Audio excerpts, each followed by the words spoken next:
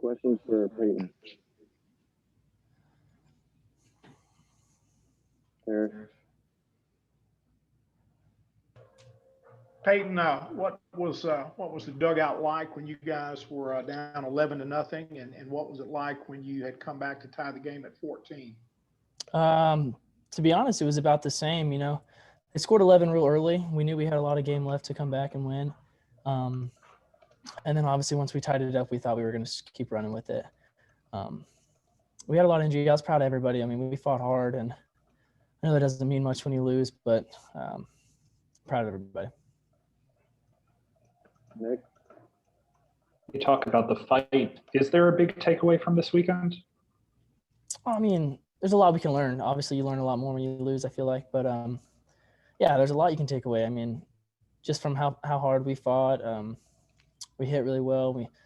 We executed pitches when we needed to and things like that throughout the whole weekend. So, I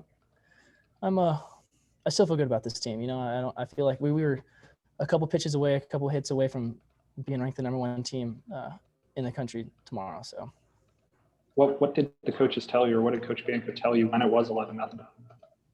Same thing as always. There's a lot of game left. We got to keep fighting. We actually had a pregame speech before the game about grit and how it's going to take a lot to be successful in this league, because it's the best league in the nation. So we just gotta keep bouncing back.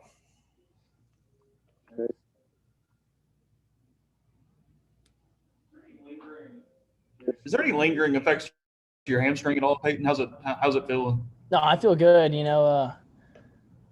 Josh Porter, our trainer, he's done a real good job with me, working it out and stuff. So as long as I hydrate and stretch, I'm good now.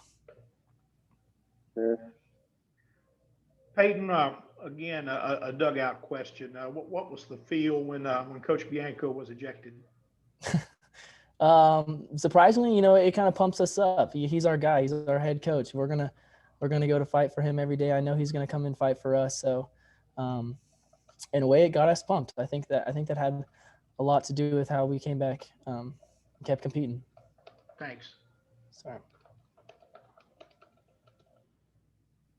Any more questions for Peyton?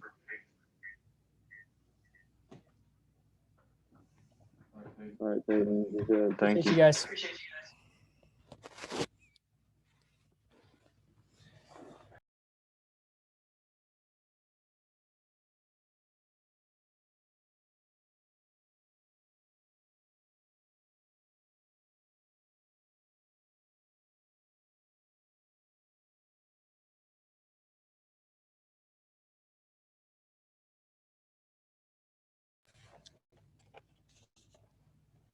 Questions for Coach? Harris? Mike, Peyton told us that your ejection really kind of rallied them, made them, guess brought some energy. I don't think that was your intention, but what is your response to that? Well, it certainly wasn't my intention, and that doesn't happen much. I can't remember. I'm sure Alex has put out when's the last time I got ejected from a game, but I think it's been a long time. So certainly not the intention, and you hope that your value is in the dugout, not in the dugout. And I know it's happened in professional baseball, and people think that's part of it. But with all that being said, that certainly wasn't the intention. My frustration and lost my composure, and I get ejected from the game. But I will say that I'm proud of them. You're down 11-0, and we it didn't look good. And I think it's human nature a lot of times to kind of concede mentally, and kind of go through the motions, and they didn't do that. Our guys competed for 9 innings, and for that I'm proud. But I will say, and I heard Peyton, I will say, yeah, you don't get any trophies, for just continue to compete and play hard. I'm proud that we did that. I think it was a tough situation on Sunday. We got 10,000 people in the stands. They came to see us play, and our guys played. Continued to play hard. Unfortunately, we were just too bad on the mound, to give ourselves a chance to win the game. Nick? Mike, you talked a little bit about the pitching there, but what did you see from Derek today? Kind of what was the struggle early? I think the same as everybody. We didn't throw enough balls into the strike zone. You walk 17 guys and hit 2. I mean, that's 19 base runners. That's over 2 an inning. You're just not going to keep another team scoring, let alone a really good offense like Arkansas.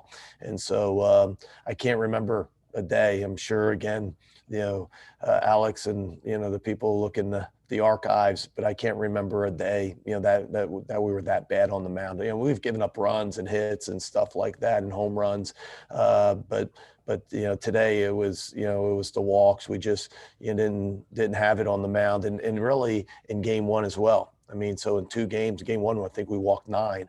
In game 3 we walked 17. I mean, it's 27, and from a team that's uncharacteristic. I mean, we if you look at us through whatever 30 games or whatever it is, we throw the ball into the strike zone, for the most part, and we're one of the best teams in the conference doing that, and we strike out a lot of people as well. So our strikeout to walk's really good.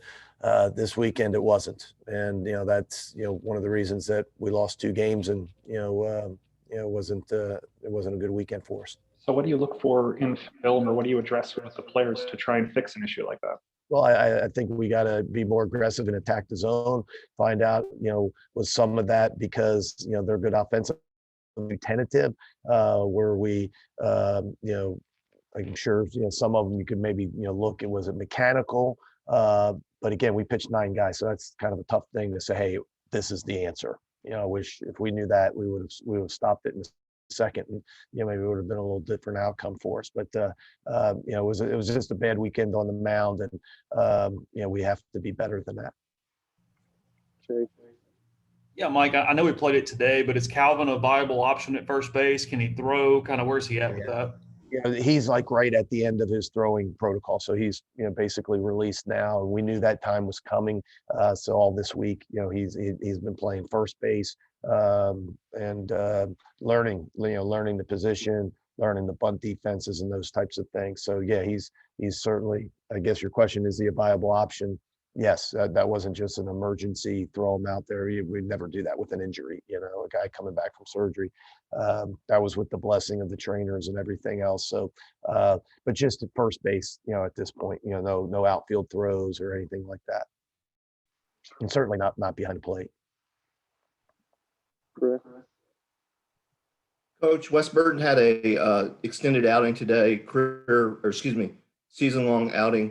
Talk a little bit about his performance today. Well, he's one of the few guys. I looked down here. I was going to say didn't give up a run, but I guess he did give up, the home run. I forgot, so he came in that 1 inning. Proud of him. He hasn't had a lot of opportunities in the Southeastern Conference. And again, like the rest of them, too many walks. But again, we're looking for some pieces, in front of Broadway, and we'll continue to be one of those options. Where were you for the last 4 innings? Just the dugout, I assume, or the clubhouse rather? Yeah, I was in the coach's locker room. Watched the whole game on television. Fortunately, I didn't have to watch it on the ESPN app, because there's some delay to that. So it's piped in, through, because of the club level. It's on one of the channels. So watch it, pretty much in real time. And so tough to watch. I haven't done that very much, and certainly for that long. I don't know how many times I've been thrown out in the game, but it seemed like I've been down there for a couple hours, watching the game, and again, saw everything that you guys saw except for from center field.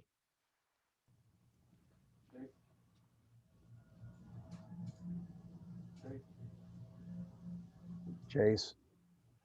I don't know if I know everybody hit Mike, but Leatherwood 2 days in a row are really good at bats. Would you kind of see from him? He seems he snapped out of a little bit of a skid there. No, you're right, and we need him. You know, there's some guys without naming names that probably haven't gotten off to the start that they would want and that we would want. And you know, the question this week, you know, God, it's been a long week, right? You know, with Tim's injury, it seems like that was so long ago, but that was 4 games ago or 5 games ago. And you know, one of the things that we've said is that you're not going to be able to replace him. I mean, we're not going to get a guy that just hits 350 and hits 9 or 10 home runs the second half of the season, more than likely, right? That's out of the clear blue. But what happens, hopefully, is you get some bits and pieces from other guys like a Leatherwood who is capable and just hasn't done it yet to this point. And I think you've seen more of that over the last 4 days, offensively. We had a really good week offensively, and not, again, uh, Tim will be missed every day he's not in the lineup. I mean, but that's how you replace him. You don't just, it's not one for one. It's that collectively, can we be as productive offensively, with the guys that we have. I know he wasn't 100% during the week. Where's Chofi in his comeback right now? We don't know. We'll try again. Maybe get him in, depending on how he feels. On Tuesday night, and we'll see. He wasn't on the 30-man, this weekend, and just because I just don't think he's 100% yet. And I don't think, like, when I say that, it's not 100%, like he could get injured. It's just, strength wise, I think production wise, he's not 100%. Excuse me. Any more questions for Coach? All right, Coach. Thanks, guys.